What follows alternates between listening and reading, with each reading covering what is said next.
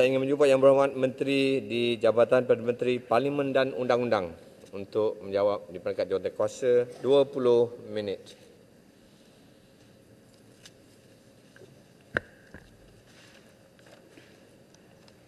Terima kasih Dato' Pengerusi. Saya ingin mengucapkan banyak terima kasihlah kepada ahli-ahli Parlimen yang telah membahas rang undang-undang ini dalam peringkat jawatankuasa yang menentuh kementerian bertanggungjawab dengan Parlimen dan undang-undang. Ada 19 ahli Parlimen yang berhormat. Jadi saya tak payah baca siapa ahli-ahli Parlimen, banyak 19 orang. Jadi saya terus kepada jawapan. Walaupun yang fungsi bahawa kebanyakan soalan-soalan dibangkit itu tidaklah berlandaskan peraturan yang sebenarnya, iaitu menyoalkan soalan peruntukan dalam buku belanjawan ini. Sebenarnya banyak yang masih menyentuh soalan dasar dan sebagainya. Walau bagaimanapun, saya cubalah menjawab juga. Dalam masa 20 minit itu sangat terbatas sangat.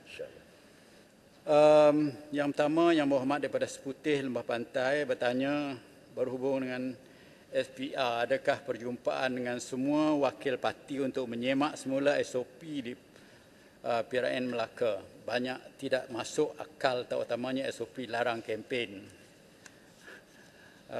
Jawapan ialah Datuk Pengerusi, penyediaan SOP diputus secara bersama oleh pelbagai agensi kerajaan dan mendapat pandangan daripada MKN, KKM dan PDRM bersama. Yang Berhormat daripada Parit tanya SOP PRN Melaka akan digunakan dalam PRN Sarawak sama ada pakai ataupun tidak. Jadi ada perbezaan sedikit Yang Berhormat bahawa Melaka dalam fasa 4 COVID, yang sementara Sarawak tu dalam fasa 3. Tetapi walau bagaimanapun, keadaan di Sarawak dan di Melaka tu ada kelainan sedikit juga. Kerana Sarawak tu dia sendiri di satu pulau, perbatasan dia hanya dengan Indonesia, Brunei dan sedikit dengan Sabah. Itu pun melalui jauh di selatan. Jadi dia ada kelainan. Dia terjaga sedikit, sementara Melaka tu di mana-mana pun boleh akses ke Melaka. Jadi ada kelainan sedikit. Dan itulah kenapanya Suruhanjaya Pilihan Raya Malaysia sedang merangka prosedur operasi standard untuk di negeri Sarawak pencegahan COVID-19 bagi melaksanakan pilihan raya umum Dewan Undangan Negeri Sarawak ke-12 dengan memikirkan pandangan daripada Kementerian Kesihatan Malaysia, Polis Diraja Malaysia, Majlis Keselamatan Negara dan Jawatankuasa Penguatkuasa Bencana Negeri Sarawak. Untuk makluman masyarakat juga bahawa di Sarawak dia mempunyai undang-undang dia sendiri berhubung dengan menangani masalah COVID ini.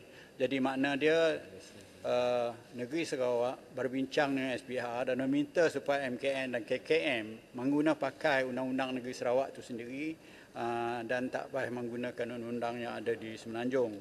Tetapi akhirnya pihak mereka inilah akan memutuskan nanti, bukan apa yang dikehendak oleh mana-mana pihak. Menteri.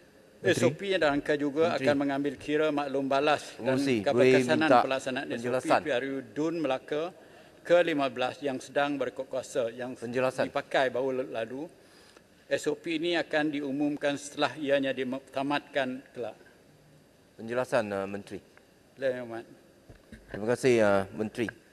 Seperti yang kita tahu, baru-baru ini Pilihan Raya Negeri Melaka telah dijalankan.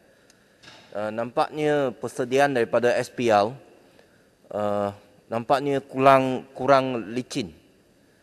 Di mana saya nak kongsi satu insiden di mana mereka keluarkan satu notis pada 19 hari bulan November, iaitu sehari sebelum hari pengundian. Notis itu dikeluarkan pada 19 hari bulan, minta semua wakil calon ataupun calon untuk pergi mesyuarat pada pukul 3 pada hari tersebut untuk membincangkan tentang bagaimana proses bagi pengundi yang diklasifikasikan sebagai person under investigation, PUI. Talimat diadakan pada pukul 3 petang setengah. Dan dia terangkan bagaimana proses untuk mereka yang person under investigation untuk undi. Masa untuk mereka mohon untuk keluar pergi undi ialah 5 petang. Person under investigation yang mereka di mana MySejahtera mereka adalah menunjukkan status PUI. Jadi dia nak berikan talimat proses dia. Artinya mereka perlu pergi memohon dengan KKM. Tetapi waktu untuk mereka memohon ialah sampai pukul 5 saja. Talimat diadakan pukul 3 petang, waktu untuk memohon 5 petang. 2 jam saja untuk mereka mohon. Jadi ini telah menunjukkan bahawa SPR belum lagi bersedia untuk menghadapi, untuk mengendalikan pilihan raya di suasana pandemik COVID-19 ini. Begitu juga saya nak cadang kepada Menteri supaya kita harus menunjukkan usaha kita untuk memberikan keyakinan kepada pengundi, di mana saya nak cadang supaya kita memberikan test kit ya kepada semua petugas SPR, terutamanya pada hari Bahas ke ni? pengundian. Ya, terima kasih. Terima kasih Ketua Melaka. Menteri. Silakan, Menteri.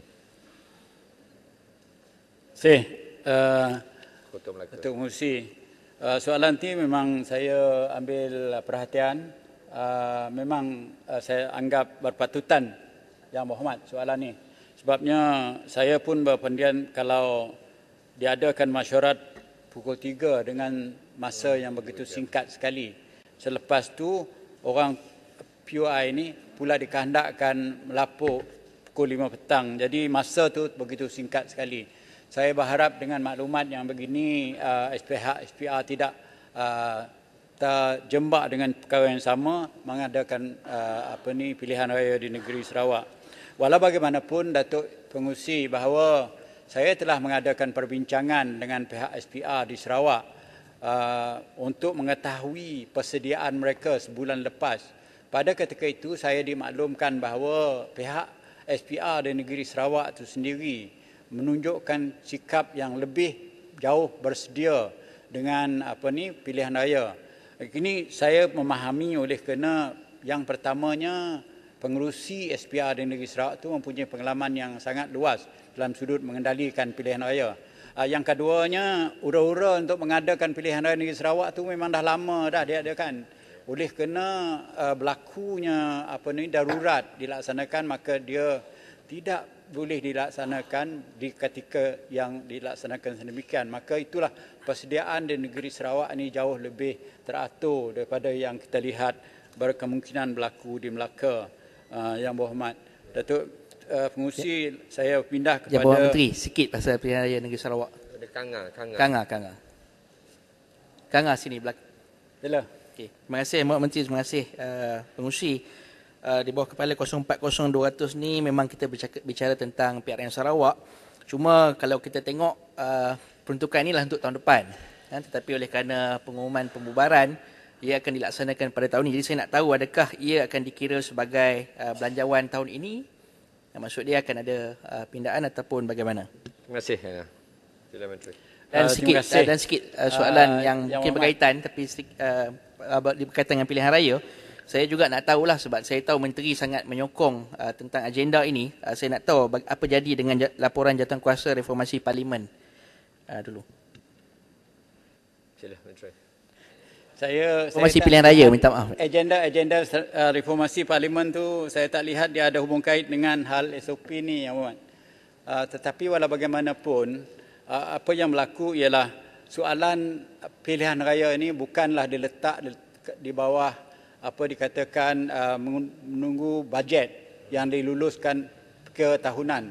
Kerana perkara pilihan raya boleh berlaku bila-bila masa saja.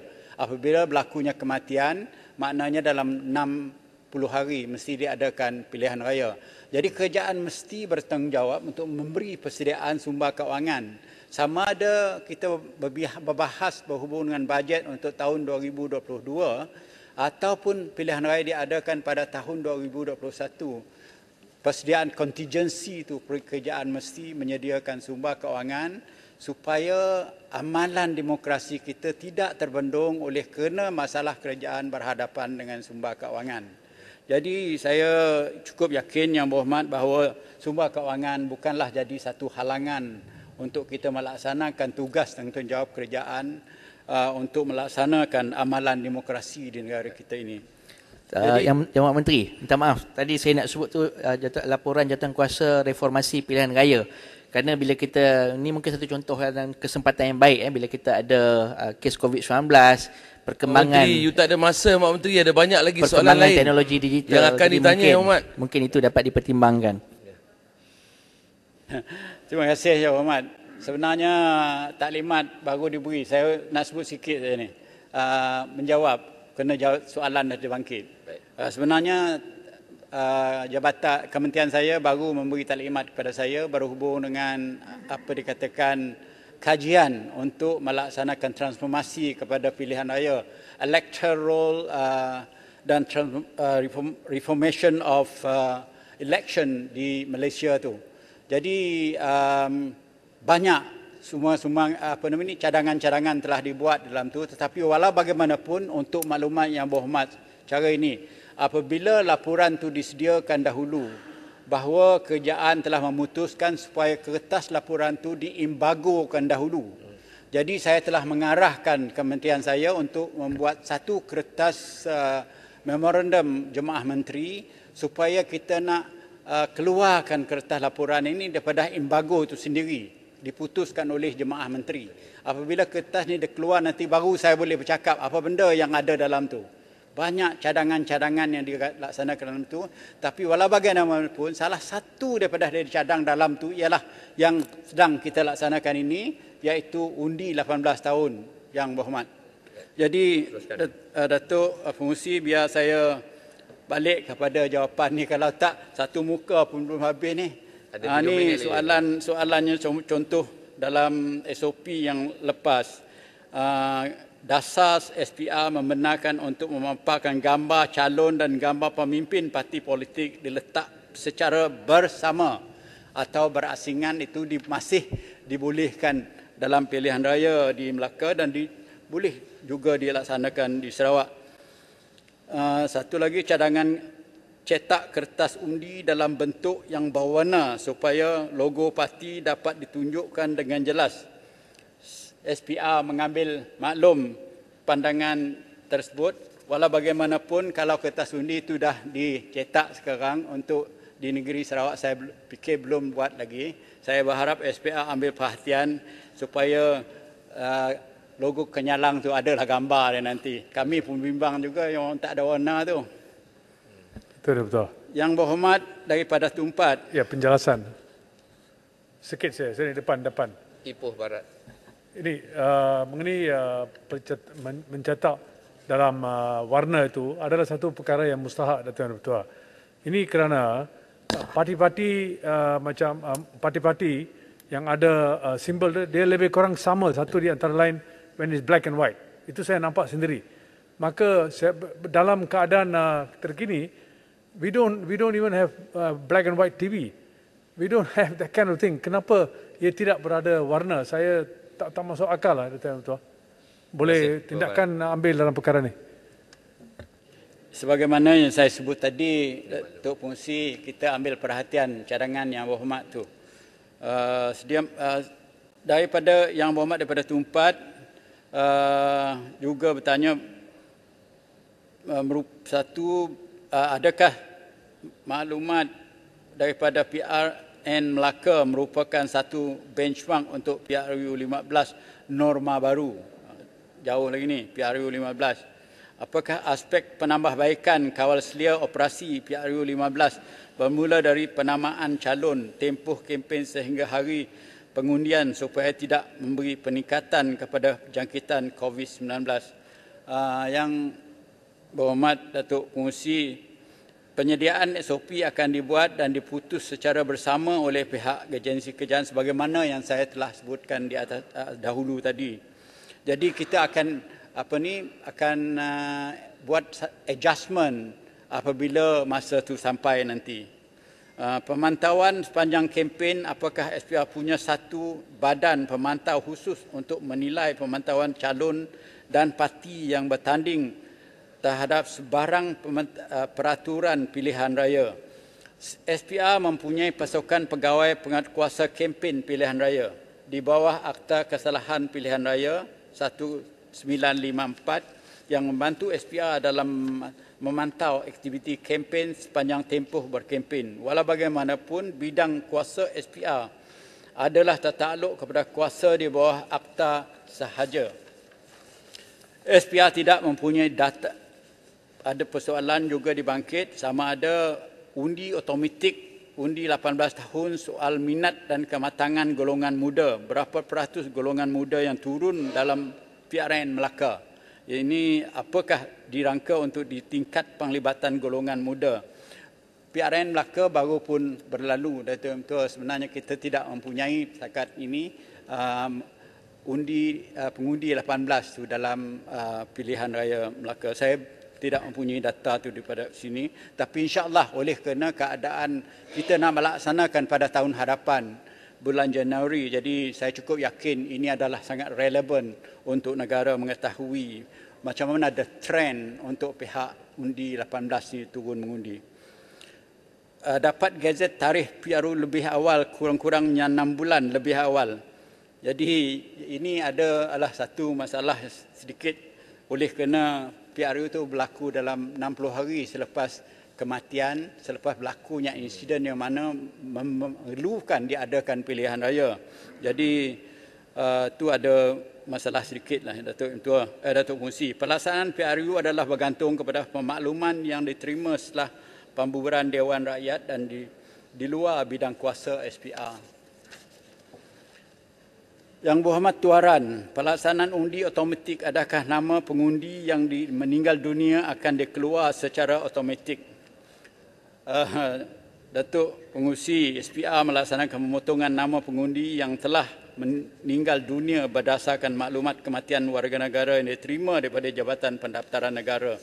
Daripada sudut undang-undangnya, SPR tidak punya kuasa untuk mengeluarkan nama-nama individu telah disinaraikan di dalam electoral roll pilihan raya, ya, Datuk Pengurusi. Jadi itulah kenapanya apabila berlaku kematian, kalau tidak dilapor kepada pihak Jabatan Pendaftaran Negara dan kalau tidak ada perhubungan daripada Jabatan Pendaftaran Negara kepada pihak SPR sebagai yang dahulunya berlaku. Sekarang kita nak memperbaiki keadaan ini dengan secara otomatik pihak SPR ada perhubungan secara digital kepada pihak pendaftaran negara dan untuk melaksanakan undi otomatik pada tahun 2022 nanti. Kabinet telah meluluskan, penampang juga bertanya, Kabinet telah meluluskan cadang untuk mengubal akta anti lompat. Kenapa SPR tidak diberi bajet untuk sedia dengan pilihan raya kecil selepas penggubalan anti lompat parti nanti? Penjelasan sikit, ni tuaran. Baling Yang Hormat, baling. Dah lama berhenti Yang Hormat. Berdiri Yang Hormat. Saya ingat tanya bagi tuaran tu. Okey. Penjelasan tentang automatic undi yang mati itu. Pendaftaran pengundi adalah automatik, ya. Makna dia maklumat itu memang ada pada Jabatan Pendaftaran. Yang meninggal ini pun ada pada Jabatan Pendaftaran juga. Ada rekodnya di sana. Jadi bagaimana tidak boleh dibuat secara otomatik? Makna dia tidak perlu lagi diminta sebab memang pun ada di rekod Jabatan Pendaftaran yang berhormat. Cakap Yang Berhormat mungkin baling nak cakap. Baling Yang Hormat. Sebab masa Yang Hormat nak habis dah, boleh Yang Hormat Menteri. Baling. Terima kasih. Tadi SPR, ini tambah M je, SPRM. Saya nak tanya pada Yang Hormat Menteri. Terima kasih Datuk Yang Bertuah. Seluruh negara sangat terkejut dengan kenyataan SPRM pada 19 November baru-baru ini yang mengesahkan dana yang berkait 1MDB sebanyak US dollar 15.4 juta US dollar bersamaan dengan 65 juta ringgit milik suami dan keluarga bekas Governor Bank Negara Tan Sri Zeti Aziz telah dikembalikan oleh negara Singapura. Kalau kita tengok laporan yang telah dikeluarkan oleh The Age mengatakan bahawa sehingga 700 juta keluarga Zeti telah menerima dana 700 juta pada 2007 hingga 2009. Waktu itu pernah beliau menjadi Governor Bank Negara. Dan di sini kalau kita tengok tanggal 1 Januari 2021, Zeti Slam claim about her family receiving 1 MDB money as a false and malicious. Ini dikeluarkan oleh Tan Sri Zeti sendiri. Dan kita susuli pula pada 8 hari bulan 3 tahun 2021, The Age. How much did Zeti knows about husband's bank account in Singapore? Ini keluar lagi. Dan akhir sekali, saya nak ucapkan setinggi-tinggi syabas dan penghargaan di atas pihak SPRM. Tolong bantu kutip bawa balik duit 1MDB. Di sini pada 19 hari bulan November, SPRM telah mengeluarkan kenyataan akhbar. Di antara yang disebut terbaru pada 12 November, Commercial Affairs Department CAD Singapura telah membuat pemulangan wang bekas ketua CEO dan sebagainya. Di antaranya disebut sebelum ini kerajaan Singapura juga telah membantu dalam pemulangan aset sebanyak US 15.4 juta kepada Malaysia melibatkan akaun Cutting Edge Industry Limited milik Datuk Taufik Aiman dan Samuel Goh. Maknanya ini adalah suaminya. Waktu itu beliau menjadi Governor Bank Negara. Selepas itu Kerajaan Pakatan Harapan telah melantik beliau lagi menjadi pengurusi PNB, menjadi Council of Eminent Person dalam Kerajaan Pakatan Harapan. Dan soalan saya sekarang, bagi mengembalikan dan menjaga nama baik Bank Negara dan integriti itu, institusi itu, saya minta kerajaan untuk mengesahkan dan juga menjelaskan apa tindakan yang telah dan akan diambil di atas tuduhan ataupun kenyataan SPRM ini tadi. Terima kasih Yang Berhormat Menteri, terima kasih Datuk Yang Bertuah. Ada dua soalan dibangkit yang panjang sangat, itu bukan soalan, ucapan. Soalan daripada tuaran tadi sebenarnya betul, Yang Berhormat Pengerusi, bahawa kita mempunyai pendaftaran dan kita juga mempunyai data maklumat pendaftaran kematian. Dan juga begitu jugalah apabila dilaksanakan undi automatik pada bulan Januari nanti, tiap-tiap yang lahir 18 tahun dahulu secara automatik akan masuk dalam sinarai pengundi automatik ni nanti. Tetapi apa yang belum berlaku, Yang Berhormat, daripada tuaran ialah bahawa dua-dua jabatan pendaftaran dan jabatan SPR ini belum boleh bercakap sendiri. They are not talking yet. They are buat in silo bersendiri.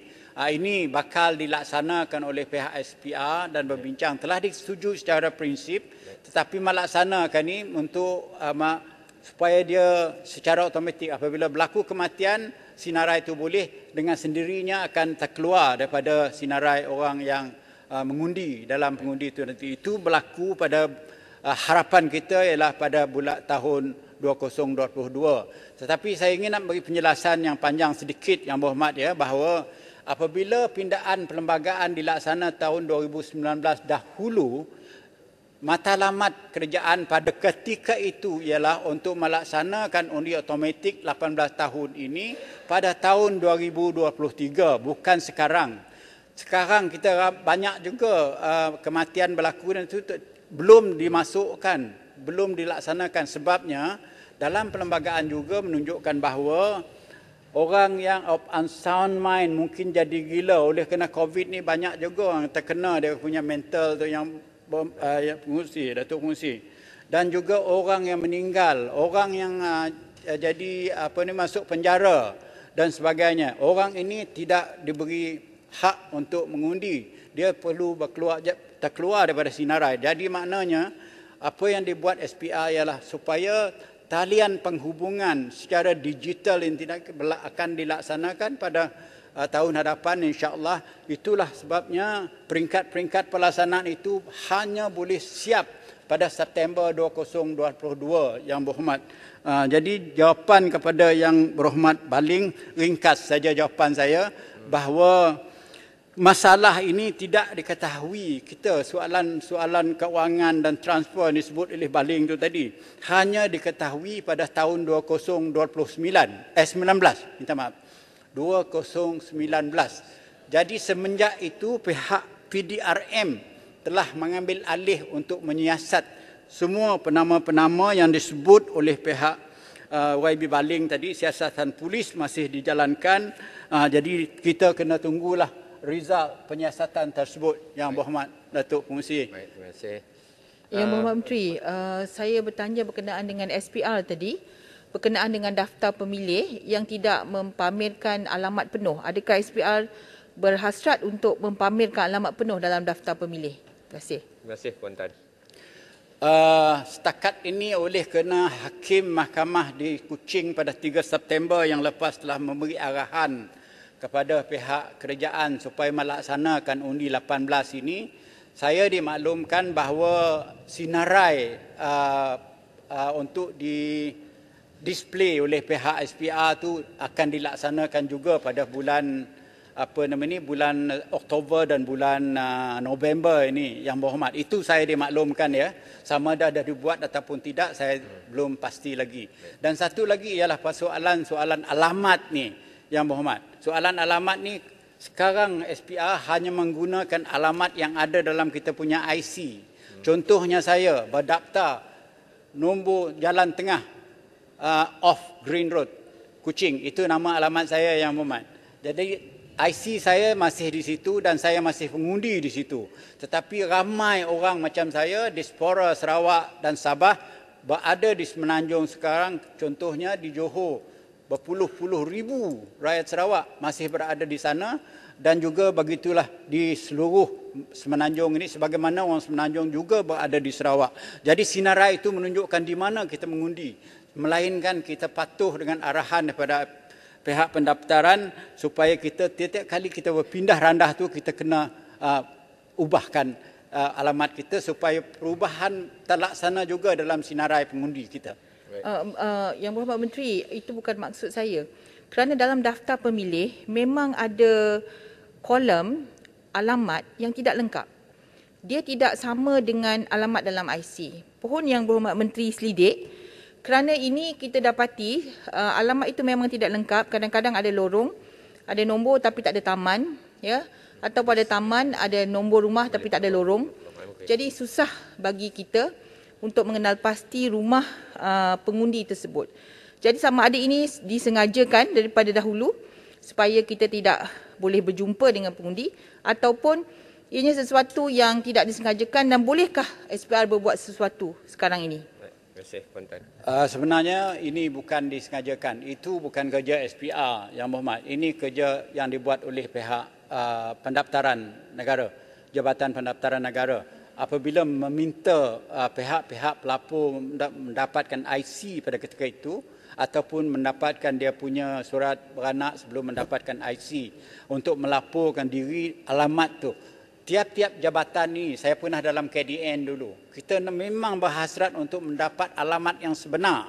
Tetapi masalahnya, kita tidak mendapat laporan dan alamat yang sebenarnya. Sekarang apa yang menjadi masalah besar kepada pihak SPR, ada juga orang yang berdaftar dalam satu rumah sampai 20 orang pun ada. Jadi ini perlu SPR pergi satu persatu tanya di mana rumah dia sebenar. Adakah rumah ini ataupun tempat tu? Adakah betul-betul dia duduk kat situ 20 orang? Jadi ini ada perkara yang perlu diperbaiki sebelum sampai kepada apa matlamat dahulu, iaitu September 2022, Yang Berhormat. Yang Berhormat. 15 saat. Menteri, tentang masa dah habis. kerahsiaan undi. Masa dah habis, perlu tambahan sedikit masa. 15 saat, Menteri. Perlu habiskan, Menteri. Sikit. 15 saat, Sebab Menteri. ada lagi menteri lain yang nak menjawab. Yang Berhormat. 15 saat, Menteri. Tentang kerahsiaan undi. Terima kasih, Yang Berhormat. Saya lihat butiran 020300 bahagian penyelidikan. Peruntukan telah ditambah daripada 67 juta ke 77 juta. Saya lihat bahawa pengumuman dibuat berulang kali. Bukan saja di Dewan Yang Mulia ini, tapi juga baru-baru ini kemarin Yang Berhormat Bagan Datuk telah membuat pengumuman tentang Akta Anti Lompat Parti. Persoalan saya, adakah satu draft undang-undang telah digubal? Nombor satu. Kemarin kita lihat Yang Berhormat Bagan Datuk telah mencadangkan Akta Anti Lompat Parti juga akan digubal untuk dibentangkan di Dewan Undangan Negeri Melaka.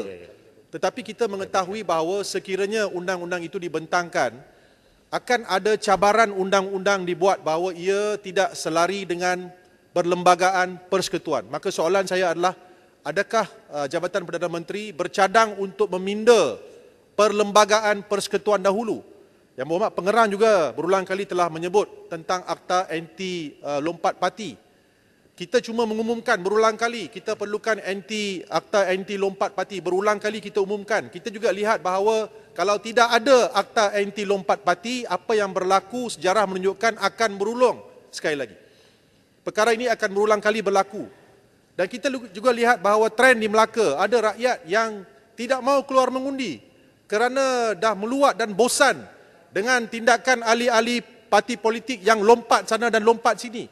So persoalan saya kepada Yang Berhormat adalah, adakah Jabatan Perdana Menteri mempunyai iltizam serius untuk mengubal satu undang-undang dan juga meminda perlembagaan persekutuan supaya kita tidak ada lagi kata-kata politik dalam masa yang akan datang. Datuk, saya minta 15 saat Menteri.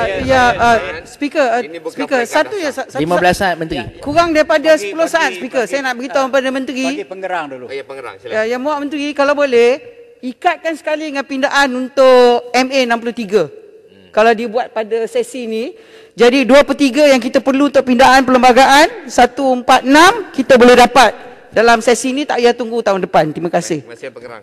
Sikit Menteri tentang kerajaan undi. Saya nak sebut tentang nombor siri pada kertas undi. Satu aduan yang banyak yang saya terima di Melaka. Saya ingat itu bukan peringkat jawatan kuasa, Kang Gam. Minta maaf.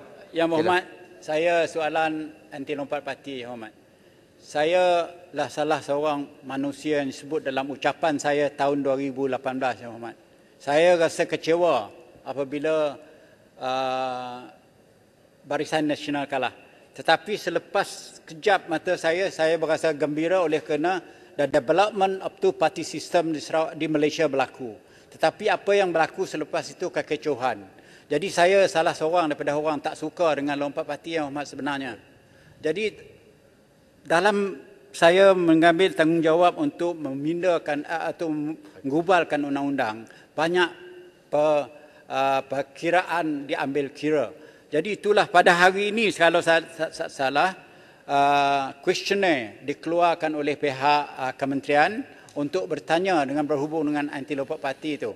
Dan kita juga kalau tidak oleh kerana pilihan raya di Melaka untuk mengadakan taklimat kepada jawatankuasa CSA itu sendiri, peringkat yang bakal setelah dilaksanakan oleh pihak kementerian dan juga pihak AG dalam peringkat untuk penggubalan undang-undang anti lompat parti. Soalannya pilihan sama ada kita nak pindah perlembagaan ataupun kita gubalkan undang-undang berasingan. Saya cukup bersetuju kalau kita biarkan undang-undang itu digubal di peringkat negeri, dia berlaku jadi undang-undang di negeri Kelantan dan juga yang di Pulau Pinang. Jadi dalam keadaan demikian, itulah kenapanya, oleh kerana ini adalah hampir dikatakan general consensus, kita perlu ada undang-undang yang sebegini rupa. Tetapi dalam masa yang sama, Yang Berhormat, saya berpendirian bahawa dia jangan begitu rigid supaya memendungkan aktiviti demokrasi itu sendiri. Dan dia juga jangan begitu loose supaya orang ada disiplin sedikit sebagai wakil rakyat, sebagai mewakilkan rakyat itu sendiri. Jadi saya terlibat lebih jauh panjang cerita hal lompat parti ini daripada tahun 2003 dahulu di India, menghadiri satu convention di sana diaturkan oleh pihak CPA. Saya bercakap di India, di New Delhi, berhubung dengan anti lompat parti ini pada ketika itu, Yang Berhormat. Jadi saya serius, kerjaan serius untuk mengubalkan undang-undang ini supaya adalah garis panduan dan adalah disiplin bakal kita laksanakan di kalangan mereka yang terlibat. Yang Berhormat. Jadi Menteri tamatkan, Menteri. Datuk Pengsi, macam mana dengan soalan-soalan yang belum dijawab? Tentang isu yang disebut oleh Yang Berhormat, saya menghormati pandangan Yang Berhormat. tentang isu anti lompat parti. Tetapi Yang Berhormat telah menyatakan tadi ia tidak boleh dengan izin too rigid. Dengan izin Yang Berhormat, you cannot have the apple and eat it at the same time. Sama ada ia melarang orang untuk lompat parti ataupun tidak. Kita tidak boleh menggubal undang-undang yang boleh digunakan oleh kita sesuka hati. Kita lihat bahawa trend lompat parti ini adalah sesuatu yang dipelopori oleh Barisan Nasional, dimulakan di Perak. Dan tabiat itu telah pun sampai ke langkah Sheraton.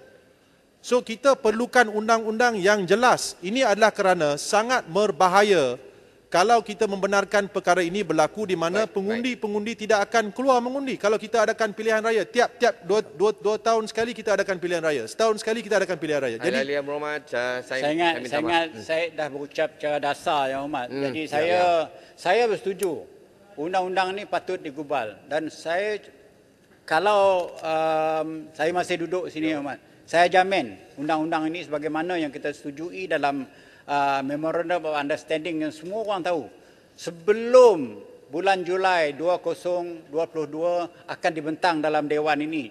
Jadi kita tak boleh rush benda yang penting, Yang Hormat. Kita tak boleh ikut passion ataupun anger ataupun kita punya naluri saja. Kita kena lihat pandangan semua pihak. Terima kasih. Jadi saya oleh kerana dah masa terlebih 10 minit. Jadi saya ucapkan terima kasih kepada semua dan insya-Allah. Datuk Pengerusi, macam mana dengan soalan-soalan yang belum dijawab? Terima kasih. Terima kasih Yang Berhormat Menteri Parlimen dan Undang-Undang. Sekarang saya jemput Yang Berhormat